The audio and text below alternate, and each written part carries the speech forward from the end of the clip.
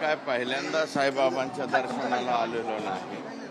बहुतेक वेळा साईबाबांचं दर्शन घ्यायला येतो.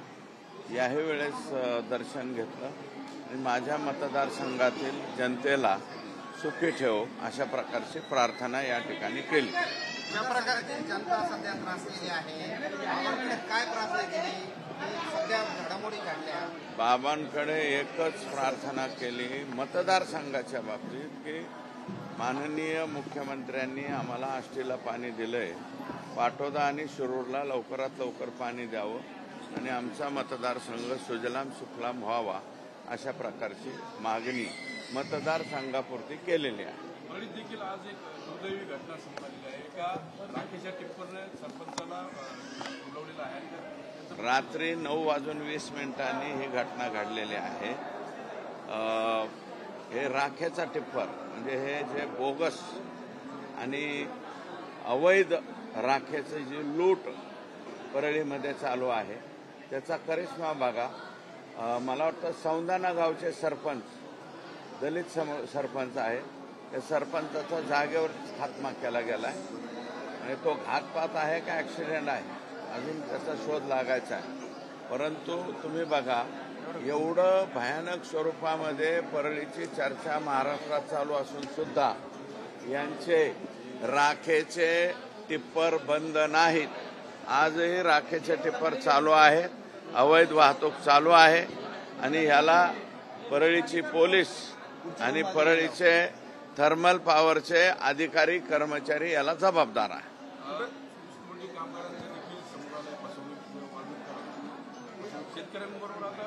नाही ऊस तोडणे नाही, ते हार्वेस्टर मशीन द्यायचे होते 141. यांनी पैसे जमा केले 2,000 5,000 41 लोकांकडून 8-8 लाखांनी आणि मशीन किती द्यायचे 141. पैसे किती 5,141 लोकांकडनं पैसे घेतले.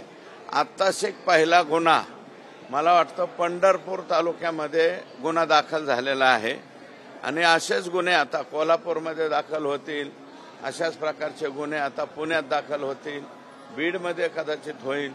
हे अनेक लोकांकडून 8-8 लाख रुपये घेतलेत आणि घेतले त्याला पुराव्याची गरजच नाही. काल मला वाटतं त्यांनी मीडियापुढे सुद्धा ते पुरावे दिलेले आहेत आणि बऱ्याचशा लोकांना परत पैसे मागायला आले म्हणून बीडमधल्या एका हॉटेलवरती दम देऊन काही ठिकाणी बाजूला नेऊन मारहाण करून हे लोक परत पाठवलेले आहेत.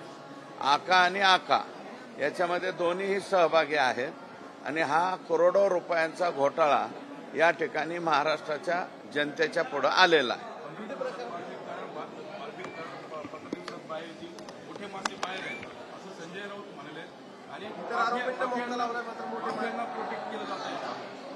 अजिबात नाही, अजून त्यांना इकडच्या गुन्ह्यामध्ये ट्रान्सफर केलेलं नाही. विष्णू चाटेला काल मला वाटतं ट्रान्सफर केलेलं आहे आणि त्या 7ही जणांवर मोका लागलाय.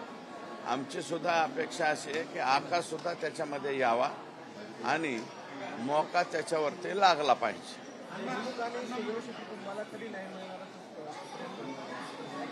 आमच्या हे बघा संतोष देशमुखांच्या बाबतीमध्ये 10 लाख रुपयाची जी मदत जाहीर झाली होती ती मदत शासनाने दिलेली आहे आणि जे माननीय मुख्यमंत्री आतापर्यंत कोणाच्या या प्रकरणामध्ये म्हणालेले आहेत ते त्या प्रत्येक गोष्ट हे मुख्यमंत्र्यांनी केलेली आहे आणि आम्ही संतोषला शेवटपर्यंत न्याय मिळण्याच्या दृष्टीने प्रयत्न करू.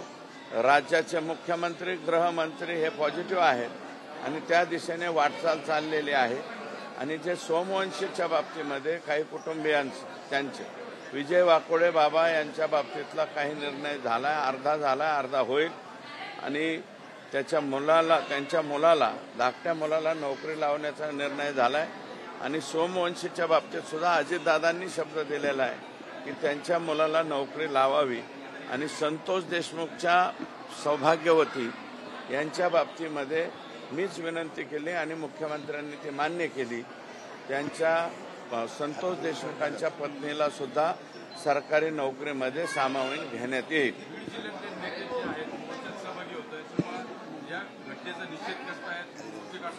अशांना संरक्षण देण्याची मागणी होती. काय वाटतं तुम्हाला? नाही त्याचे आम्हाला काही मला स्वतः व्यक्तिगत गरज भासत नाही, परंतु त्यांनी जे सांगितलं ते काळजीपोटी सांगितलं एवढंच मी म्हणेन. आम्हाला वैयक्तिक जर मला तर मला पोलीस संरक्षणाची गरज नाही. जनता हेच माझं सर्वस्व हे आहे.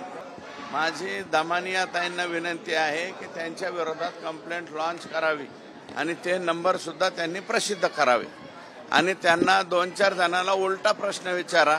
त्या अर्ध्या तासामध्ये त्यांचा दम संपतो.